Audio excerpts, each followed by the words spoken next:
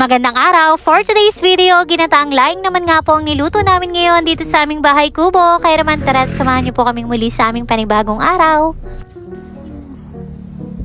Una ko ang ginawa diyan ay sinangkot ko nga muna itong kaunting sahog na karne at pinapula-pula hanggang sa magmantika. At nung medyo maluto-luto na nga itong kaunting karne, nagisa na rin nga pala ako diyan ng sibuyas at bawang. Alam nyo ga mga mare, talaga namang hilig na hilig ko ang ginataan.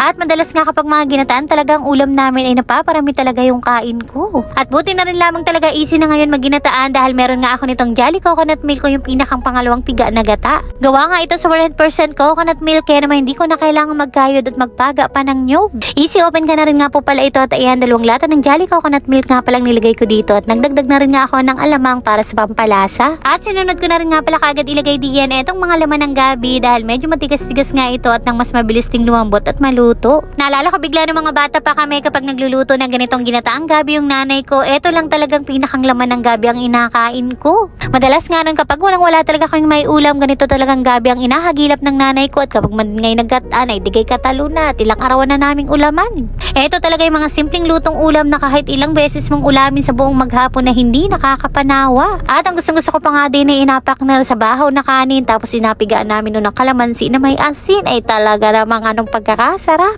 At ayan, bukod sa pulong, eto nga itong maiga na pala diyan, yung unang gata na nilagay namin ay nilagay ko na rin nga pala kaagad itong Jolly Coconut Cream o yung pinakang kakang gata o yung malapot na gata. Sa mga puntong aray kung maamoy nyo rin lamang talaga ito ay paniguradong magugutom din kayo. At ayan, sinunod ko nga palang ilagay dito itong kaunting sahog namin na hipon. Pinailalim-ilalim ko nga lamang itong 10 piraso na hipon na are para maluto-luto ng husay. At syempre naman nga kapag ginataang gabi o laing ay hindi talaga pwedeng mawala ang ating pampasarap na siling labuyo at siling berde. Paniguradong asbok na naman nga ang uso namin na rin. Talaga namang mapaparami na naman wari ko ang aming kain.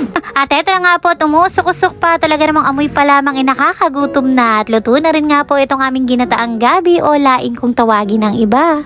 At dahil medyo magutom na rin nga eto at sabay-sabay na rin nga kaming kumain dito sa may labas ng aming bahay kubo. At talaga namang napakasarap din kumain din at napaka-presko ng hangin. Solve na solve naman talaga ang pananghalian kapag ganito ang ulam. Talaga namang naparami ang kain namin diyan at taob ang isang kalderong kanin. Pinagbukod ko nga ng hindi maanghang itong 2 batuta ko kaya naman husay din nga ang kain nila diyan. Maigi na nga rin lamang at nakain din nga sila ng ganitong klaseng gulay.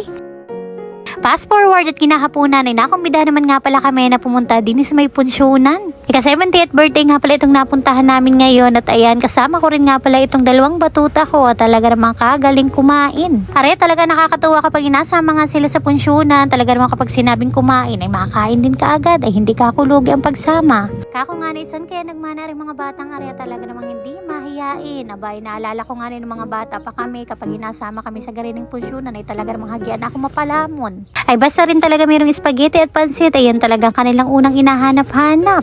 At eto ngayon sa akin, kaunti nga lamang itong kinuha ko diyan dahil medyo busog-busog pa nga ni ako. At eto nga't pagkatapos namin kumain diyan, ito namang si Alicia Bernice ay kaagad nga nagyaya din sa may tabing dagat at makapaglakad-lakad ka ako nga ni kainitan naman ay. Saglitan din lamang naman kami din sa may pampunsyonan at kahit papano nga rin mapagbigyan din lamang yung kanilang imbitasyon at pagkatapos ay kami nga nilumarga na rin pa uwi. Pero bago din nga kami umuwi, napadaan din nga pala muna kami dito sa may plaza ng Pinamalayan at nakita nga namin na napakarami ng rides ngayon. Malapit na naman nga po ang piyesta din kaya napakarami na namang iba't ibang klaseng pasyalan dito sa may bayan ng Pinamalayan. Dahil paminsan-minsan din lamang naman kami magbarkadahan papunta din kaya't ayan sabi ko nga muna ay kami ay gumala-gala at makakita man lamang ng iba-iba. Siya talaga yung mga ganito sa mga kaligayahan ng mga tao din sa aming probinsya at kapag mayroong garin talaga namang anong daming tao palagi dito.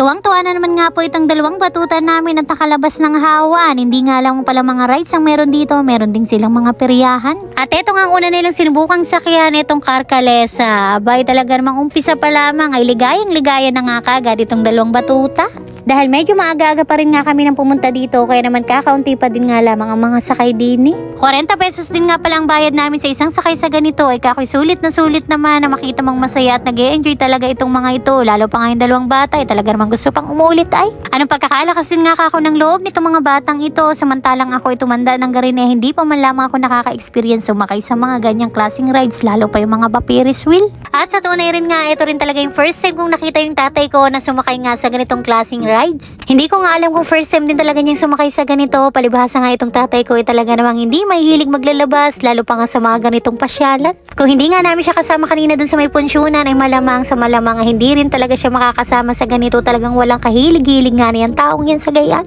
Palibhasa nga po itong tatay ko, halos buong buhay niya ay talaga namang napalagi na nga lamang yun sa palayan, sa magtatrabaho sa bukid o sa bundok man. At kahit pa nga hindi man sabihin itong tatay ko ay sa palagay-lagay ko ay masaya din naman niya na nakalabas nga na siya ng hawan at nabawi na nga lang ang nakakulitan din sa mga apugan. Napakasarap din naman nga po magpasyal-pasyal dito sa may Baratillo at hindi lamang sa mga rides ka maliligayahan, pati na rin nga ay napakaraming iba't ibang klaseng pagkain na pwede ma-food trip. Napakamura din nga ng mga tinda dito at mukhang nakakatakam at napakasarap din, pero dahil nga ni medyo paggabi na ay kami nga ni umuwi na at mag-aulang pangaraw ng kalabaw ring tatay ko. And yun lamang muna nga ni po for today's video. Maraming salamat po sa inyong panonood. God bless.